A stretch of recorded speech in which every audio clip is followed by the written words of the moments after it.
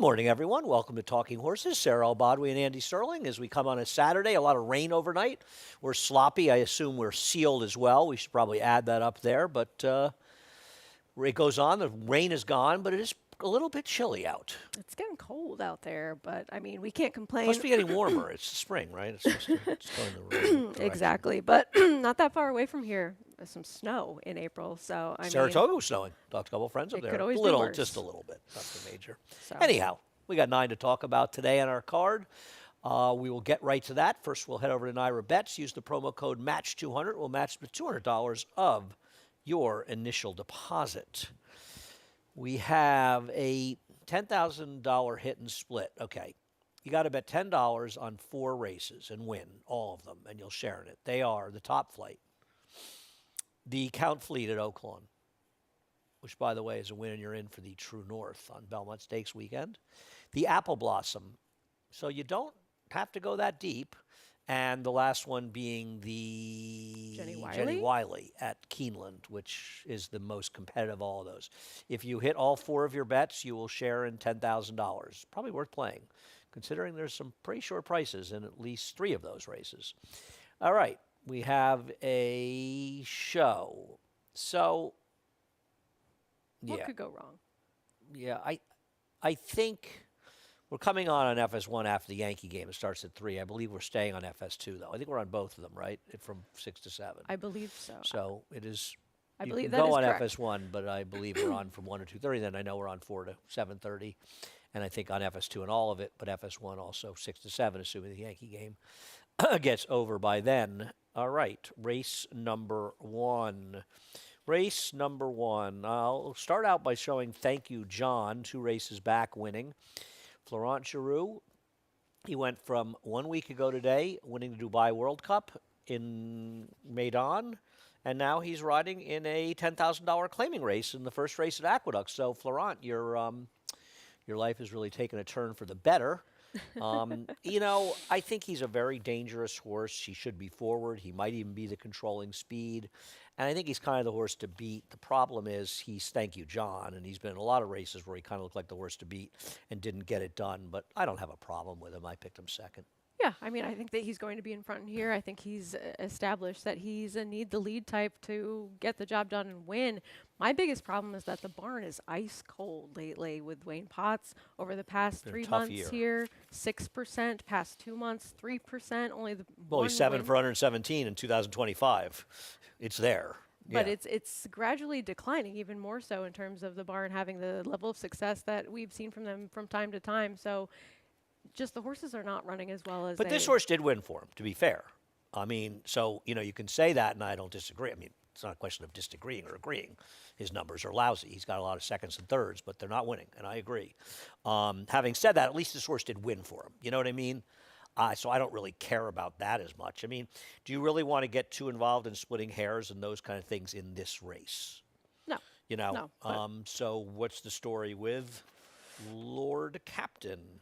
Yeah, I just thought this one interesting for Linda to take this one back and for herself this time, a horse that she's had in the barn before for the Biancos. And this horse was coming off a little bit of a freshening. We haven't seen him off of a dismal, eased, walked-off performance last year. But I just like that he's coming back for her at a similar level after some time off, and she did think enough to take him for herself, and she's cutting him back in distance as well. The lack of early speed, a big concern, but she has good numbers first off the claim, 180 plus days on dirt. It's a very small sample size for her actually, but she's 27% with a $2.20 ROI over the past 5 years. Yeah, I looked up 5 to 9 months because it's been a 7-month layoff for this horse.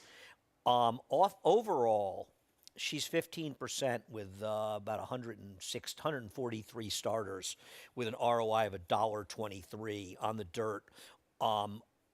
Overall, 150 to 270 days. So the window has not been that good. Off the claim, she's 3 for 15. As this one's off the claim, I feel like Linda doesn't use the waiver that often, but she could have used the waiver for this horse, and she's not using the waiver. I don't know if it's a positive or negative. I have no idea what it means, but I thought it was a little interesting that she's not using the waiver for a horse she reclaimed for 10 that she had lost for 16, so she's sort of already in profit. I don't know what to do with a horse that ran so horrendously and then is off for 7 months. Yeah. Obviously, he's got races that can win. I mean, that's Sure. I it'd be mean, idiotic not to that's say that's kind that. of the story of this race. But the last one was outrageously bad.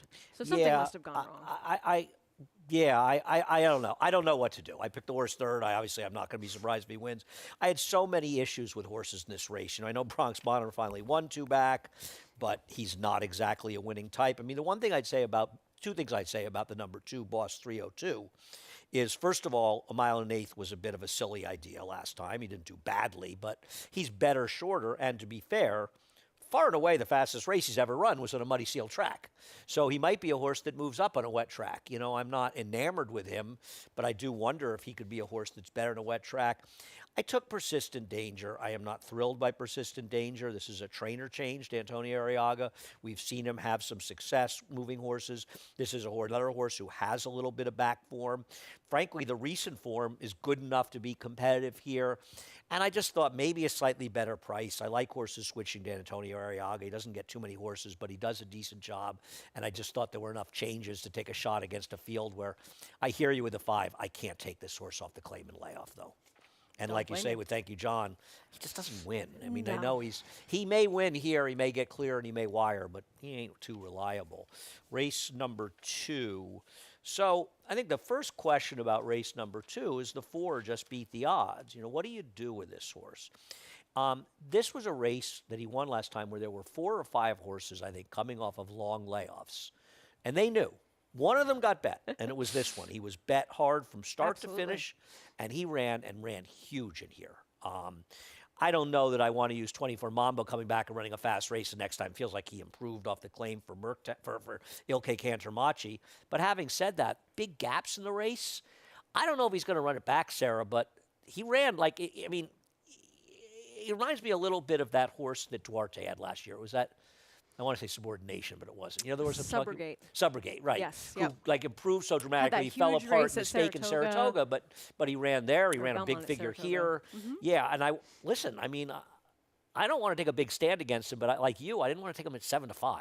Right, exactly. And I will say he's always been forwardly placed throughout his career, and coming off of that break for 11 That was a months, slow pace last time, though. He was more forward, I will say, than he's been where he was out and out on the lead, where he's been in contention early on throughout, but that's the first time they really went to the lead with him because nobody else really wanted to It was also go. a very slow pace. I'm not sure if he wasn't on the lead because they just were going slowly. You may be right, but Also it was completely possible. That's the other problem with that race. It was a fast race, but he set such a slow pace. Right, and also what you mentioned about 24 Mamba, yes, he came back with that big effort, and it was a career best for him, but he had faster races back in the past performances, and he was in good form at one time running races that were consistently in the 90s. So I don't want to use him as a barometer quite as much either, even though there were some good horses in that field.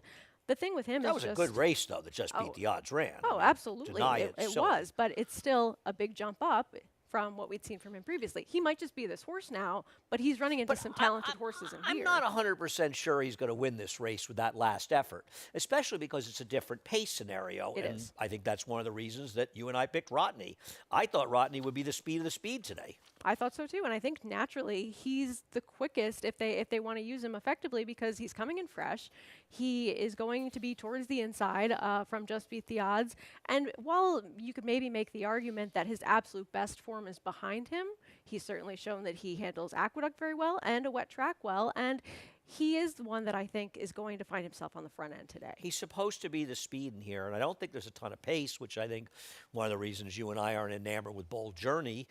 He is third off a layoff. He needs to run today, but he's also getting another race where at least there isn't a lot of pace on paper. And then Surveillance on the outside will show who comes back just a week after the Carter. I'll show his Tom Fool where he ran second. I do see him in a likely stalking position in this race. And listen, he ran well enough in the Carter and comes back. And Linda, as you point out quite often, Linda's numbers off short rest are solid. So I'm not, scared about him coming back in a week. He's just not really a winning type. He did very well winning earlier in his career, but lately he just doesn't seem to get it done. And he has been some short prices in these races. He's lost to some pretty decent horses, but he's been a lot of short prices and he's just not winning. Right, and the company he's keeping, there's a lot of respect that I think that we both have for the types of races that he's been in and who some of the horses have been that have gotten the better of him. But I just didn't really want him as the second choice when we haven't seen him get the job done and get his picture taken in quite some time. I do not disagree. We'll see what happens in race number 2. Race number 3, going 6 furlongs. We'll show the replay of a whole slew of these horses. When Love Takes Over, ZZ Bear, and Perfect Flight. I think it's the couple it's at different races for some of these. One of the reasons I wanted to show more of it, I wanted to show Perfect Flight, who I picked. Perfect Flight's a 3 horse. And he's got a ton of horse right now, and he just gets stopped behind horses. And I wondered a little bit if him getting stopped in there and not being able to continue his rally kind of discouraged him, and that's why he finished so much farther back. This is actually 3 races back for him. I think this is February 21st. Then he comes back a couple of weeks later, going 7 furlongs. Obviously didn't run as well there. I had some things written down. It's very hard to try to look at. And last time out, he just kind of got lost in that race a little back, sort of down the rail. And I thought, I don't love any of these horses. I mean, I think the logical horse is Z Bear, second off a layoff. Love Takes Over is fine. He can win. I just wasn't thrilled with any of them. And I thought Perfect Flight's a horse that has run well, and he hasn't had the best of trips in his races. I was kind of hoping that maybe today he'd get a cleaner trip and get it done because he has races fast enough to win. I looked at this race for an awfully long time, Sarah, and it's just like nobody really jumped off the page at me, and I wanted the 3 horses out of the race that we just showed, and I took them in the order kind of the odds, the opposite, taking the biggest price on top. I have like a book in here on excuses for Perfect Flight over his last several races because he's had some legitimate trouble in, I want to say, at least the past 5 or 6 starts where he's either been against the racetrack, he's gotten off slow, he's been caught little wide, bit shuffled out he's of had races. some traffic, Yep. he's faced some better horses. I keep picking him, and he keeps not winning, and so I'm jumping off the bandwagon, blame but you. I don't blame you for I'm going not- with him I because don't love he him has either. excuses Yeah. for sure, and I've tried to make the case for him several times. Just with Love Takes Over towards the outside, he's going to be forward in here like he was last time. I felt as though that was a day where being forward as well as being towards the inside was a little bit more beneficial, and he never saw the rail in that race, whereas the winner, I see you looking really Well, took the winner full just came to the advantage- rail, got lucky took in there. full advantage Absolutely. of Right. having that inside trip. So I just wanted him as the one who was really never in that position towards the inside. I don't disagree with any of it. I mean, he can certainly win. He gets a good rider change to Lee Rivera. I think he's logical in this spot. I don't have Hard a to have a strong strong opinion in opinion this here. race. I tried to make a case for Hot Rod Rumble. I look at Hot Rod Rumble. He's been running in cheaper races, and you've got him second. But I am afraid of an ex-David Jacobson horse That's kind fair. of been through the mill that I just wonder if he's just not that competitive anymore. That's completely fair. I just thought he would be forward, and he has the right to sustain more of that speed after being second off the layoff. But you're absolutely right. His better form might be Yeah, long gone. he just feels like he's not one I want to touch. Race number 4, there's a big favorite in race number 4. In the number 4, She's Complicated. I'm not really against this horse. She's the one to beat. I don't know. She just never really done a whole lot for me. We both picked the same horse. I'll let you talk about Chocolate.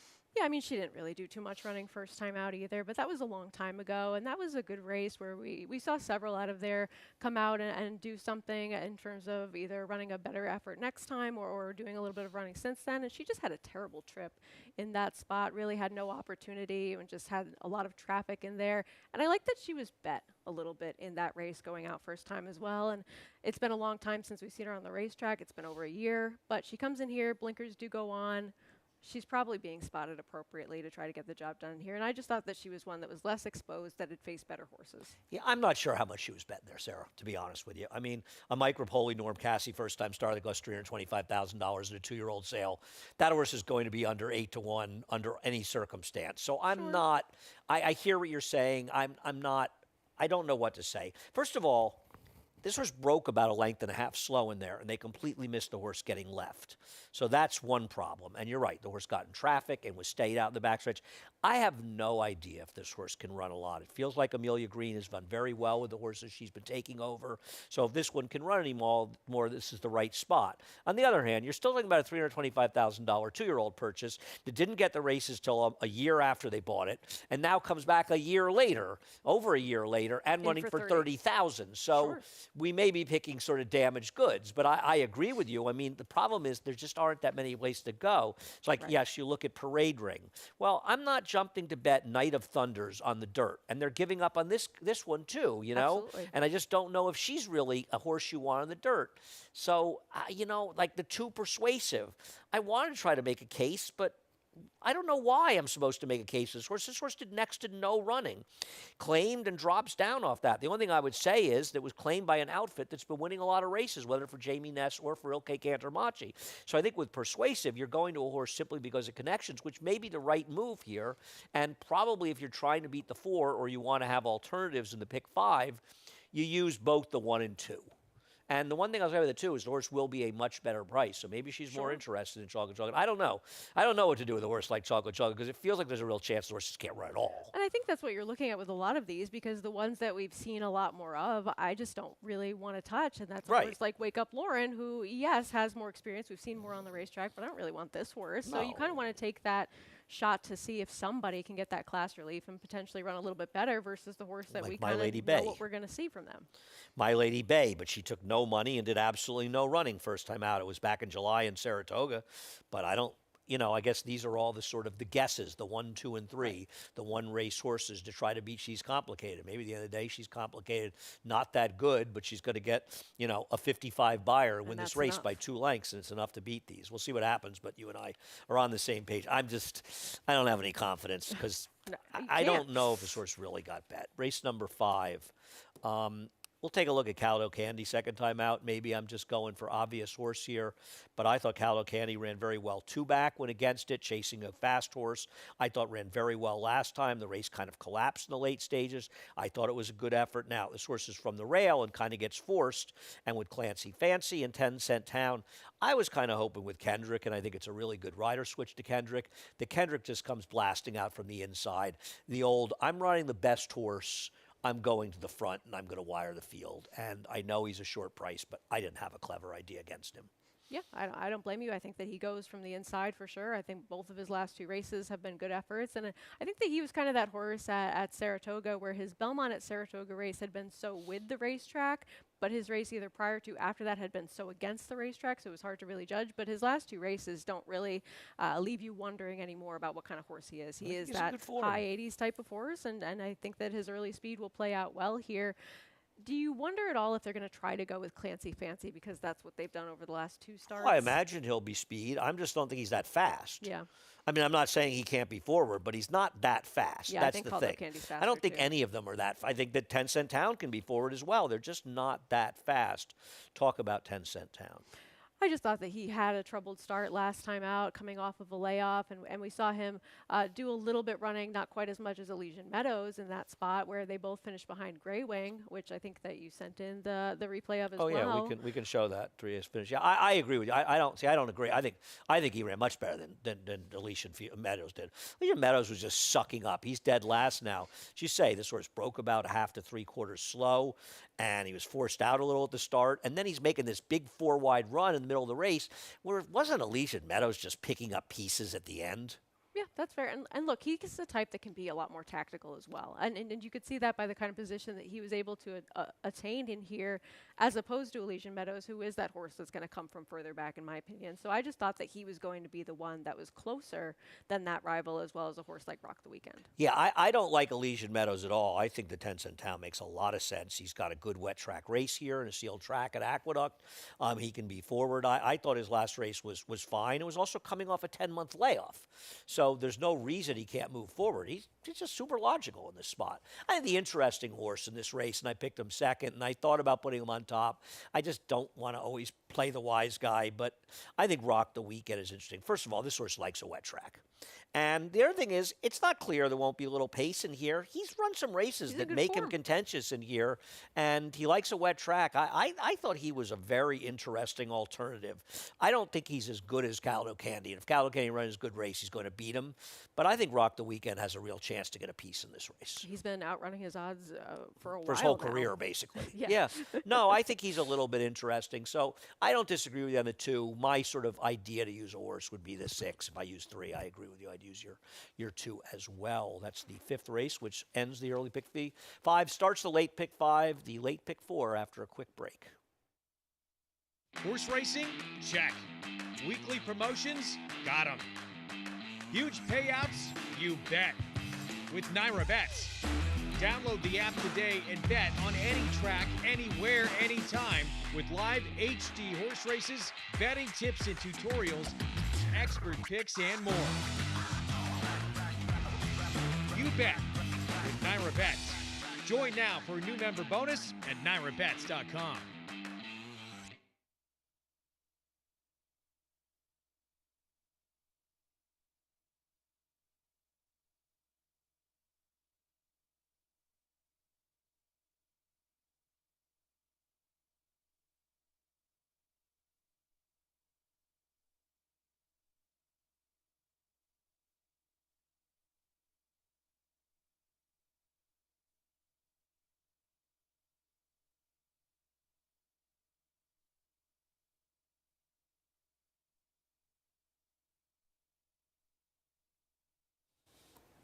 Welcome back to Talking Horses. Sarah and Andy, race number 6. I thought race number 6 was one of the more interesting races on today's card, and a horse that I have, what number? It's hard to figure out the numbers.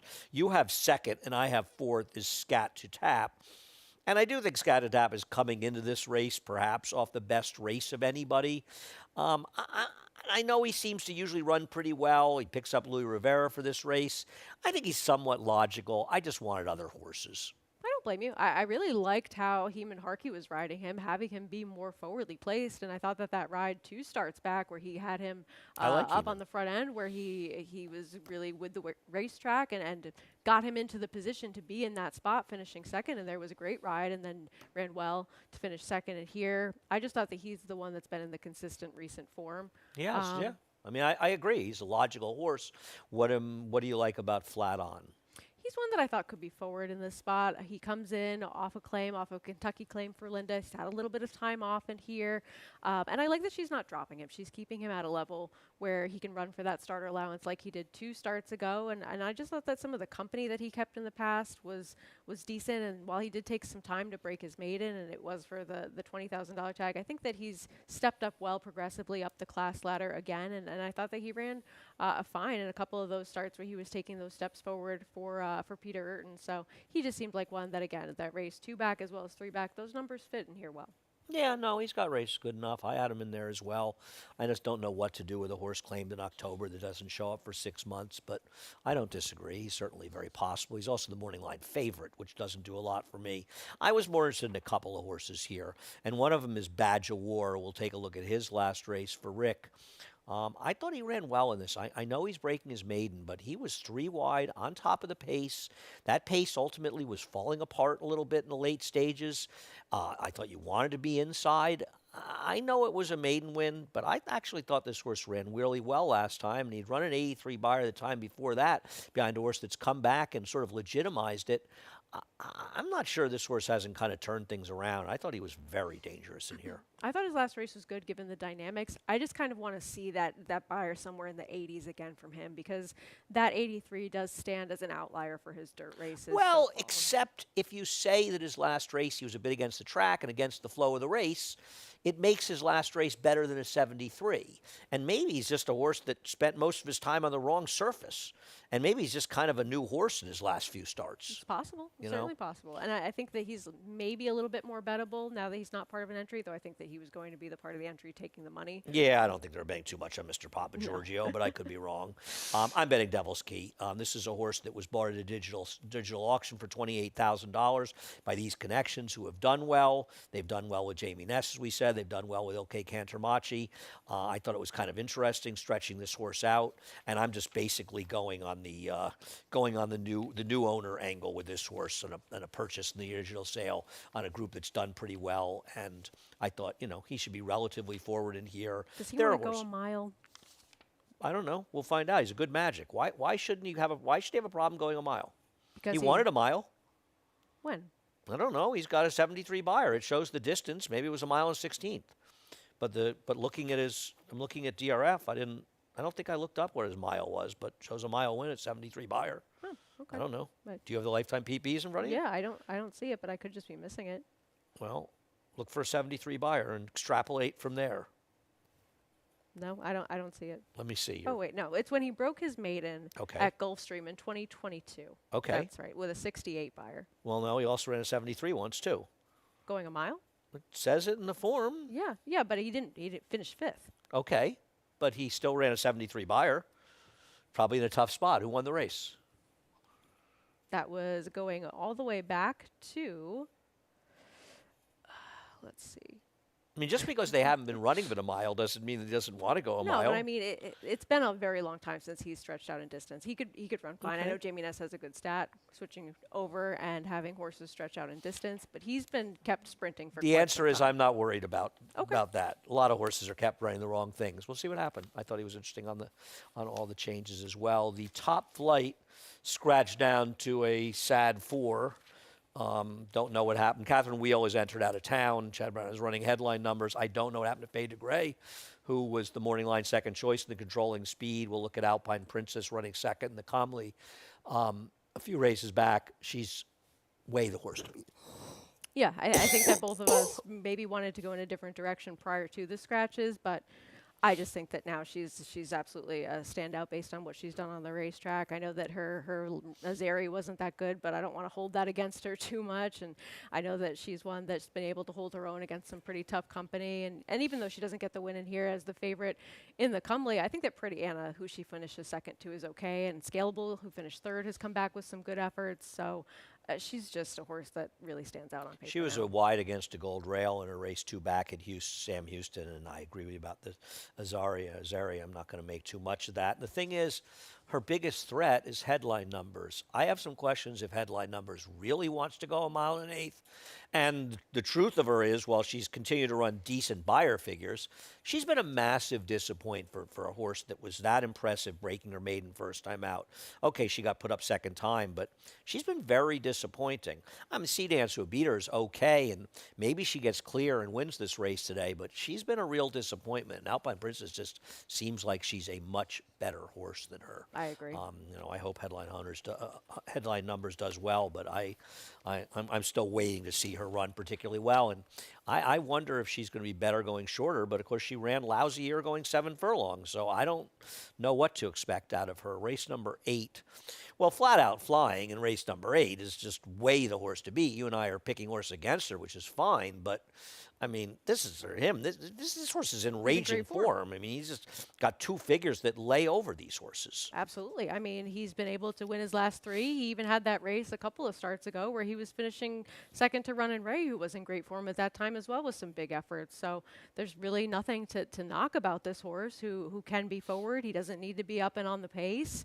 I think that he's one that just fits this race very well, and he's a likely lean/single for many in any of these late multis. There's really nothing to knock. I think that if the track ends up being kind to speed with the scratch a funny joke, Quick Hammer does become completely loose in this race. I was looking at numbers for Linda, first time route and dirt races, non-maidens, horses running claiming races. They suck. Her numbers first time turf are not good. And Linda's one of these trainers that has some great numbers. She's one of the most dichotomous trainers. I mean, everybody has some middle of the road stats, but she's got some really good numbers and some really lousy ones. I mean, listen, she's found the right spot to try a mile, as it turns out, with no other speed in scratching, and maybe it wires the field.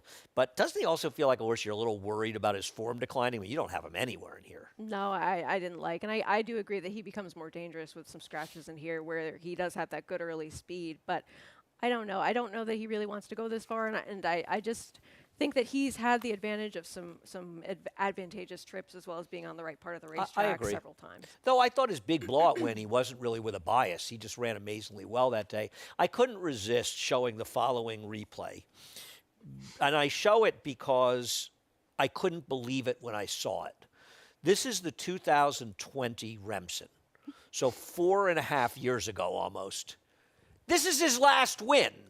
He is another. He's like Shipsational, right? Who's running tomorrow? He's running today, who's actually. Is it today? Yep. Next race. All right. Yeah. Has not won since the Sleepy Hollow. Yep. I mean, it is amazing that this horse won the Remsen.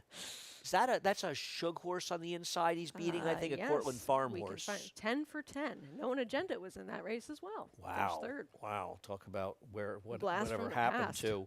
But I just couldn't, because I looked at it and I said, gosh, he only has 3 wins. I know he won the Remsen. I wonder if it was his last win. So I thought I'd bring it up. He's a kind of cool horse. What about High Tide? I thought he ran well last time, cutting back in distance, first off the claim for Fernando and finishing third behind Quick Hammer in that spot. And I like that he stretches back out in distance where he's been capable of handling the mile distance and really running at that distance for the majority of his career. And if I was going to take a shot with somebody against the favorite who I don't really have anything against, I just wanted a horse that ran well last time and potentially is one that's doing well in the new barn. The knock on the favorite, by the way, is why is this horse running for 15,000? That's the knock on the favorite. I mean, that is a legitimate question, I think. You know, the horse has run 2 buyer figures in the mid-80s. He's running fast figures anywhere you look, and suddenly they can't wait to get rid of him. That's not a great sign. So if you want to bet against him, I'll say this for High Tide. He's consistent. Wherever he runs the same numbers. I don't like him. I don't think he's particularly winning type. I think he just found the right field 2 races back when he won. But I get it. He runs those same kind of figures. I like Ice Road in this race. Linda has entered Ice Road, I think, at least Couple of times. 2 other times since claiming him, and every single time was ambitiously placed. She claimed this horse for $10,000. He finally put back-to-back wins together after being sort of a lifetime kind of ofer horse. And Linda claims this horse and wants to run him against better horses. She's not the most aggressive trainer. She wins a lot of races by running horses where they belong. Yet with this horse, she seemed intent on finding a spot that, like, essentially saying, I don't want to lose this guy. I think I made a good claim. And in my opinion, if Linda thinks she made a good claim, I think she made a good claim. And now she finds this starter optional where she can run him in this, and it's not the easiest to spot. And this is one where I'm just sort of trusting in Linda that she's that she's running this horse in what seems like too tough a spot. And I've never liked this horse. But I just I was wonder. shocked he got back-to-back wins. I agree. I was stunned he got 1 win. Forget about 2. I thought that 1 was incredible. And I'm just believing in Linda here. I've never talked to her about this horse, nor would I talk to her about this horse. I don't know if I've ever had a conversation with Linda before I handicapped a race. But I just feel like she seems to like this horse. And that's good enough for me, especially at a bit of a price. Completely fair. See what happens in race number 8. And this is the race with Shipsational. Yes. But we'll start with Quick to Accuse. You can switch them over, Eddie. If you wake up, we don't want to rouse you. Quick to Accuse is going to win if he runs any semblance of this race, but this race was for the Brad Cox barn. It was an outlier for him. But even if he bounces back and runs his higher 80 figures, he's tough to beat. I didn't want to put him on top, though, on the trainer change. Nothing against Michelle Giangulio, but the horse coming out of the Brad Cox barn worries me a bit. But he runs his last, and obviously he's a cinch. Yeah, absolutely. I mean, that 97, it's not as though he'd never run fast races in the past. He This had some very was- good consistent form, but this was a blowout victory in his career best. It was a so fast race. You knew it was when you saw it. Yeah. So yeah. Shipsational, you're going to get it back in the winner's circle. I mean, Good luck with that. it's certainly been a while, that's for sure. But I like that he's one that's really proven that he's handled the wet track well. And if you just look back through the past performances of the types of horses that he's been running against, he's been showing up over his last couple of races outside of the last one. If you look at his race 2 starts ago, he's second to Sheriff Bianco in the Safe Florida Sandy. Then he's third behind Crazy Mason and Radio Red. Then he's second to Stolen Magic. He's been in good form, and he's been able to run his race. It's just that we haven't seen him in the winner's circle in quite some time. Eddie Barker's barn got really hot. And I know he won with a firster yesterday, who was great value in multi-race bets, but his horses have not been running well lately. And I found him always being, I'm friendly with Eddie, and I'm a fan of Eddie's. I like Eddie quite a bit. But he's a streaky trainer. He's always been a streaky trainer. This is the case, I think, going back when I first started working here. Before that, he could win in bunches, and it worries me a little bit that he kind of got good when the barn was going good, Sure. and now the barn's cooled off. I agree with you. I totally agree with everything you're saying. He's 8-1 on the line, and he's got, I mean, obviously they're all lower because Antonio Venice, I'm assuming, was the second choice, and they're 7-2, all yeah. lower. But I don't disagree. He can win here. I worry a little bit about that. I took Master of Arms. I just thought he'd be in a good forward spot in this race with the 2 scratching. I think he has a chance for Giroux to be aggressive. I'd love to see Florent just come out running. He was caught wide last time. I thought he actually ran okay in his last race. I know he hung a bit in the stretch. I preferred him to Antonio of Venice. I don't think there's that much else going on in here. I just liked his last race and thought it was good enough to win here. He'll be the second choice in this race. I don't have anything else to say about the race. Do you? Yeah, I think it's those 3. I'm waiting for Air Defiance to run a race anywhere resembling any sort of competitive nature like he had run in his first 2 starts. But Good luck we with that. will probably Don't wait too long. still be waiting. Don't after wait too today. long for that. We'll see what happens in race number 9. Sarah, thank you so much. Thank you for watching. Head over to Naira Bets. Use the promo code MATCH200 and we'll match but $200 of your initial deposit. We have this 10,000 hit and split is $10 on 4 stakes. They are, let me get this. They're the 2 at Oaklawn, the Count Fleet and the Apple Blossom. Booth, a heavy favorite. Obviously, Torpedo Anna, a heavy favorite. We've got the Top Flight here, obviously a heavy favorite in the rail in that race, and the first, not the first Jenny lady, Wiley. Jenny Wiley at Keeneland.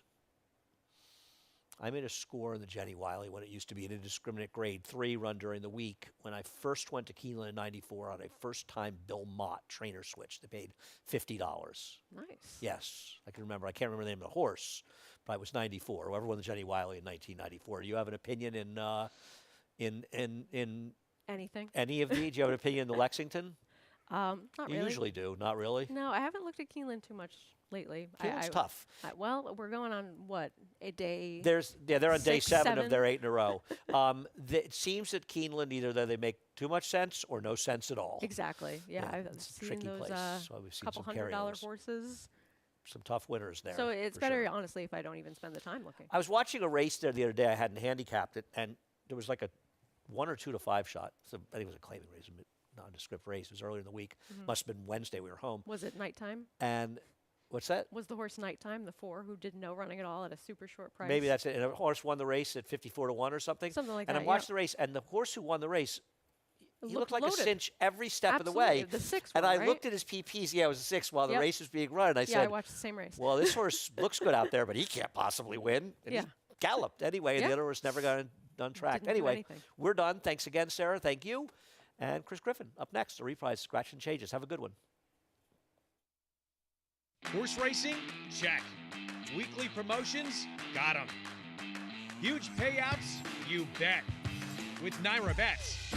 Download the app today and bet on any track, anywhere, anytime with live HD horse races, betting tips and tutorials, expert picks, and more. You bet with Naira Bets. Join now for a new member bonus at NairaBets.com.